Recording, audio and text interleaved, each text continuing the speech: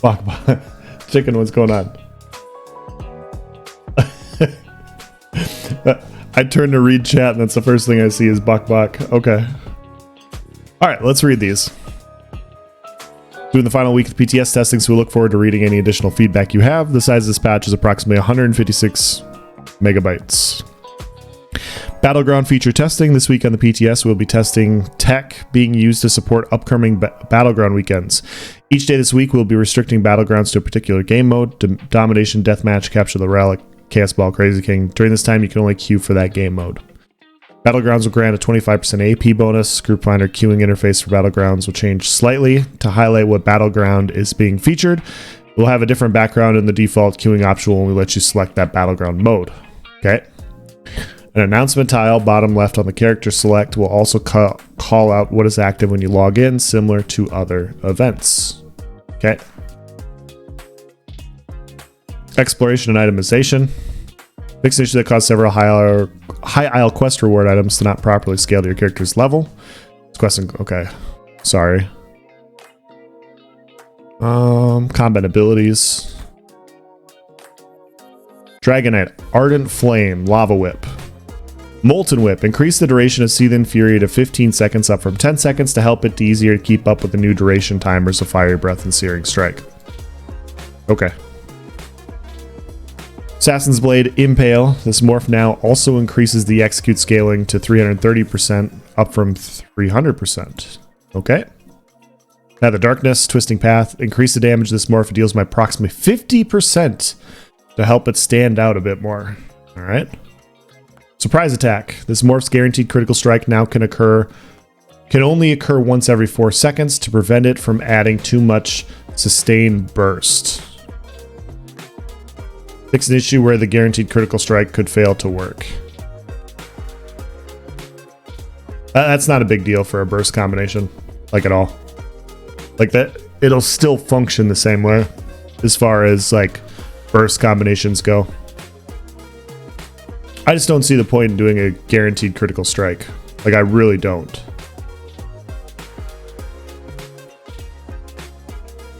Hi, Dad. Shadif, hello.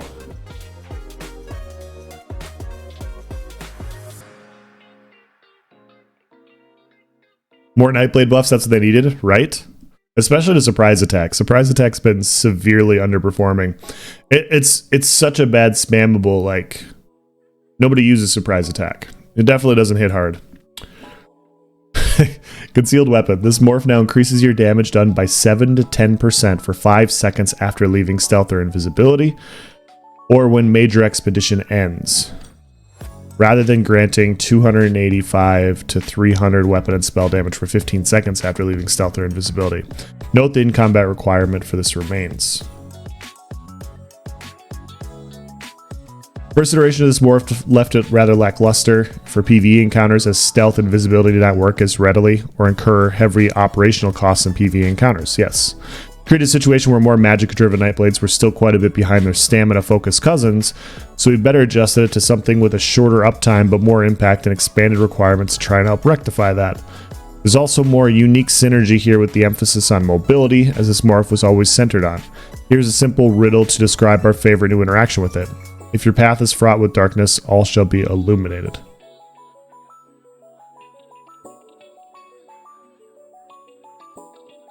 Okay. Okay, so this skill gives Major Expedition now, right? I can't remember what the initial changes were. Aquino subscribe with Prime. Thank you, man. So this now gives Major Expedition, right? Like when you have it, or when you activate it, you get Major Expedition. This is so weird. We're gonna have to look at this skill. I mean, 7 to 10% should be more than 285 to 300 weapon or spell damage. But that's such a weird combat requirement. You think it's minor? Okay. Okay, I couldn't remember what it was. Thank you. Dark Cloak. This morph once again heals for max health per tick rather than missing health. Okay. Reduce the base healing by approximately 42% compared to the live version. This morph now has a new added functionality where heal over time is increased by 150% when not moving. Oh my god. Developer comment. The reason this morph has been iterated on so many times is due to the difficulty in finding a sweet spot where it feels powerful enough for specific builds, primarily tanks and PvE encounters, without being too dominant enabling in other areas, primarily PvP encounters. By finding a solution that is not as synergistic with some of the class's main advantages in PvP encounters while empowering the enforced playstyle for the builds, it is meant to help in PvE. We think the new iteration will finally reach a point where it can settle, aside from potentially adjusting the simple numbers, and see less swings in design. So I understand this point of view. I've seen a lot of Nightblade tanks on the forums complaining about Nightblade tank is just not very good because Dark Cloak isn't very good. And I understand that point of view for PvE tanks, but reducing the base healing of a skill that wasn't great. I mean, reducing a heal by 42%, a single target heal, compared to the live version is so much. Like, that's so much. Like, what's the point in playing a stand-up Nightblade? And when you look at it, like,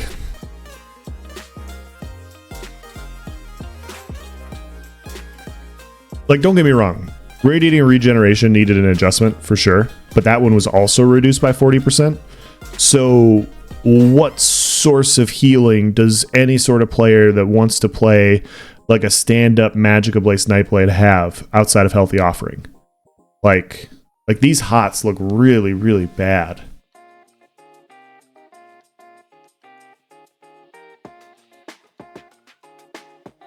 Let me stand still while people wail on me? Exactly.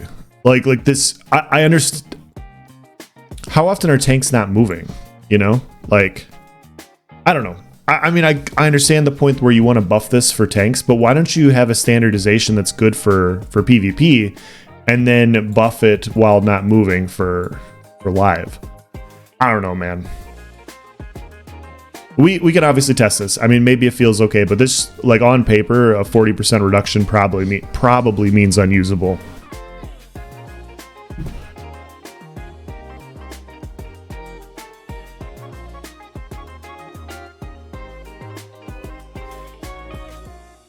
Even in PvE, don't tanks have to move? Yeah. Like, that's what I'm confused by. Like,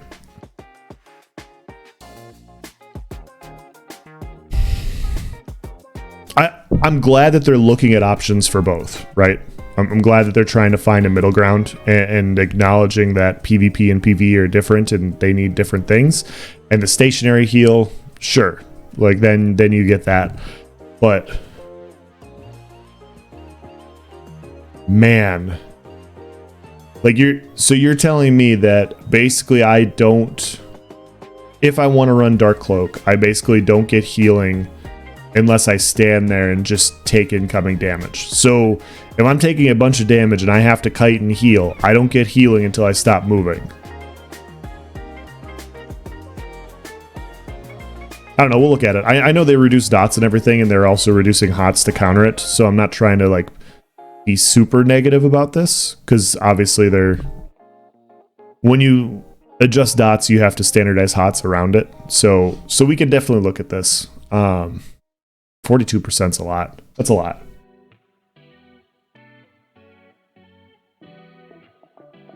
Just make it scale less when Battle Spirit is active. Easy. Yeah, exactly. Imagine nerfing hots but not giving every class a viable burst heal, right?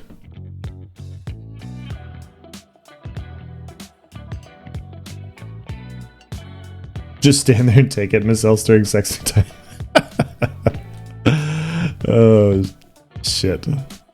Alright. Crystal shards. Crystal weapon. I shouldn't have read that one out loud. Increase the damage of the second hit of this ability to 45% of the original damage, up from 30%. Okay. I mean, I think people will just be casting for the first one. I mean, why would they willingly take a reduction when they don't have to? But unless you're talking about PvE.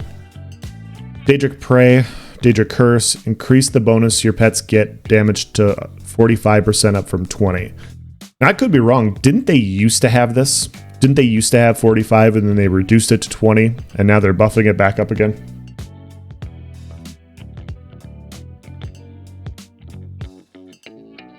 So are the patch notes okay, or am I playing Smite this next patch? I don't know yet. We're over halfway through. Dawn's Wrath, Radiant Destruction, increase the base damage of this ability and its morphs by approximately 23% to ensure it stands up to execute abilities when looking at their ability to be more frequently weaved with. Why did Radiant need to be buffed?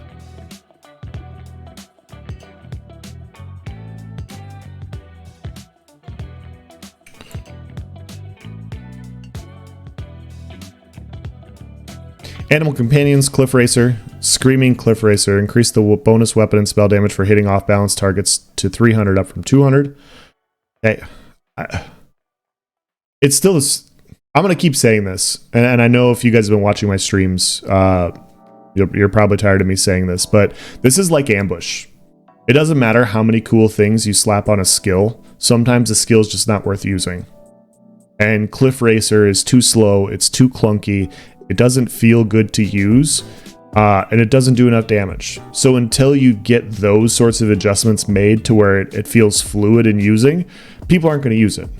And so, just like Ambush has so many things. Like Liar and I were just talking about this a couple days ago.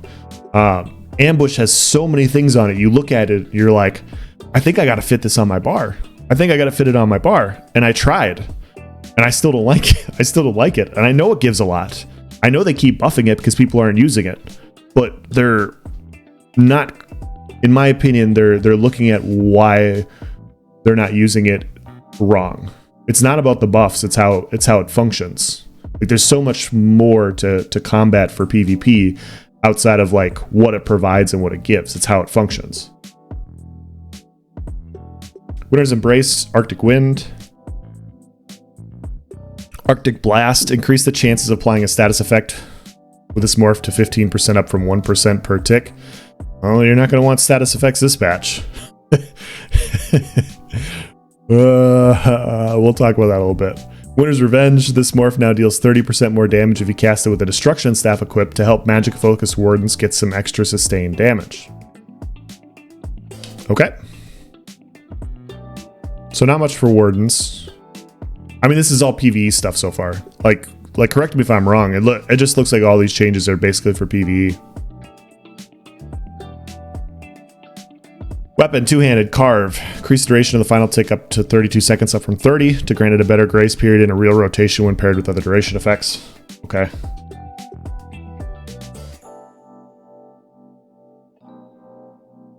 Empower minor vulnerability and minor berserk. Still a trash skill. And procs minor savagery. Yeah, exactly.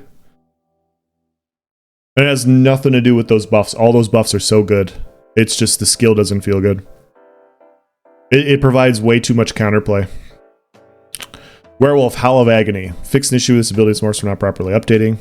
Vigor. Resolving Vigor. Reverted the healing reductions made to this morph. Okay, so Vigor's getting its old healing back. So for giving Vigor its old healing back, why isn't Dark Cloak getting its old healing back? Like, I understood the need to reduce pots if you're going to reduce dots. But if you're going to give Vigor back, why aren't you putting Dark Cloak back? It now grants minor resolve rather than major resolve to prevent the skill from actively harming class identity, importance to run other sources of this buff. I'm not gonna lie, I was looking forward to major.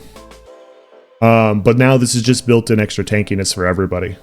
Like most classes will run Vigor for minor. Because, yeah, I mean maybe this is how they're looking at it. Like a single target hot instead of like radiating regeneration. If you want to use radiating, it does 40% less. If you want minor resolve in the single hot, you gotta use Vigor. Okay.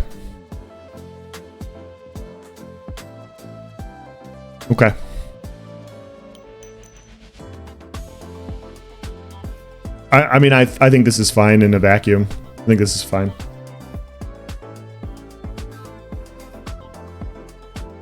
Didn't hear what he said to my comment about Fissure. Vigor changes are nice, yeah. Itemization and item sets. Caustic Arrow fixed an issue where the set was not lasting its full duration. Cruel Flurry fixed an issue where the set was not working. Crushing Wall. This set now increases the damage of your wall of elements by 1250, rather than increasing the damage done with your light and heavy attacks against your wall of elements by 1358. Based on some fair feedback during the early iterations of light and heavy attack changes, we have decided to remove the more intense skill interaction of this set to be closer in power and requirements to other Maelstrom sets. We have slightly reduced the damage bonus to make up for the fact that there is now much more readily available cleave damage potential. Merciless Charge reduced the damage per tick of the set by approximately 32%. Okay. This change was done as the set no longer needs to carry the damage of Stampede to be more competitive with other weapons, and should help a little. It bite a little less in PvP encounters. Okay. Stinging Slashes fixed an issue where the set was not lasting its full duration. Thunder's Volley increased the ramping damage per stack to 191 up from 143. Alright. Oaken Soul fixed an issue where the set's Empower was not working. Oh, you mean I was pushing out like 45 or 50k plus DPS without Empower on Oaken Soul last week? With a resto?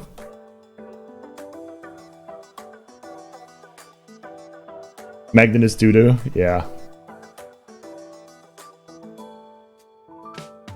Powerful Assault increased the duration of the set to 15 seconds up from 10. To better match the durations of many of the morphs in the skill line. Hold on. Oh, thank you. Wow. Wow, thank you, honey. Bet you could hear the music. Oh no, I was... You were dancing in tune to the music. Was it really? Yeah, here. Alright, hold on.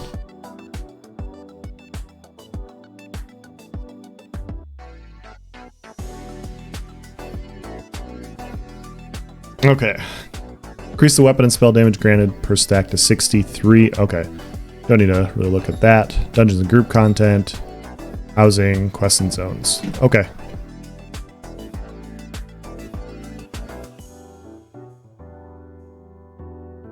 Could be. Okay. So I think those of you guys that read the patch notes already know that the question that's going to come out of my mouth. The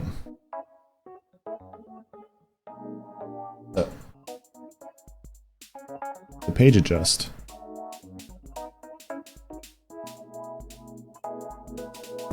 I don't know why I did that. Sorry about that.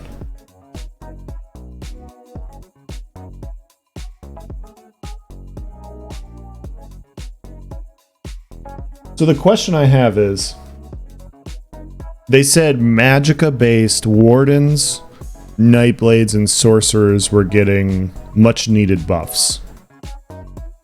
So I'm not saying Warden didn't get some buffs. Obviously getting a health like a stat-based heal is nice. Obviously getting an on-demand CC is nice. Getting a little bit of extra dot pressure with their heal, also nice. But then they reduce sub-assault so much.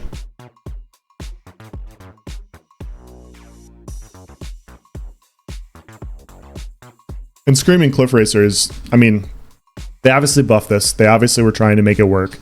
I still don't think it's going to be used just because of how the skill functions. So, I don't know. To me, and I'm not a Warden expert, so please tell me if I'm wrong here. If we take the entire encapsulation of everything that Warden has been given and taken away, I wouldn't say that they've been buffed. I would say some things have been pushed around a little bit, and they're different now. Like they have a better burst heal on a class that already had good healing. they have less killing potential on a class that was already lacking killing potential. Is that a correct assessment for you Warden mains?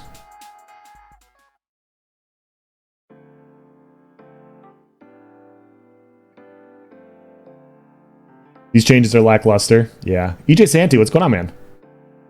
My shields still cost too much and don't last for... Yeah.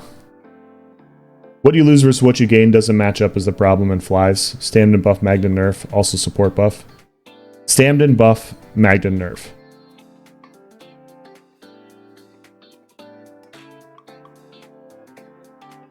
Yeah. I mean, I think we can all agree, right? Like, anybody that's in PvP can agree for the last 3 or 4 patches, Magical Warden is either the worst or the second worst class in the game, as far as it comes from a damage dealing perspective. And I've seen some comments, and I don't know if this is true or not, but their belief, allegedly the belief is that Warden is the more superior support class. They don't want to give it too many offensive capabilities. So it's such a good healer. They're restricting, this is why they're restricting its offensive power. This is a discussion I saw in my Discord. And so if that's the case, why do DKs have damage? Because DK is the tank class. Like, why are DKs able to have a ton of... And guys, I want to be clear here. I'm not saying this to adjust Dragonknights or anything like that. I think they're fine the way that they are. It's just the reasoning makes no sense. I'm just pointing out the difference in reasoning. If a support class that is mainly a support class doesn't get offensive abilities because it's a support class, why is a tank class getting offensive capabilities? And once again, I'm not saying adjust DK. I'm not, and I want to be clear when I'm saying this. It just doesn't make any sense that you apply that standard to one class and not the others, in my opinion. So if you're going to say this, then you need to go back to the old like 1.6 version of what all these classes were. Because that was the original view of the original combat team, was tanks were like this wear you down, beat you up slowly tank class. And Nightblades were the super bursty class. And if you want to go back to that, fine, but that's not what any class, any role is. I'm not saying they should have everything. I'm not saying like they should have the best execute and the best burst, but they got to be able to kill something. Can a Warden kill something right now? Like right now on live, I can kill stuff with Oaken Soul. And that's because Oaken Soul is strong. That's the only reason I can kill stuff on a Warden right now. When Oaken Soul disappears, all of my skill as a Warden will be completely gone. And that's a joke, obviously. I don't have skill as a Warden. It's clearly the set.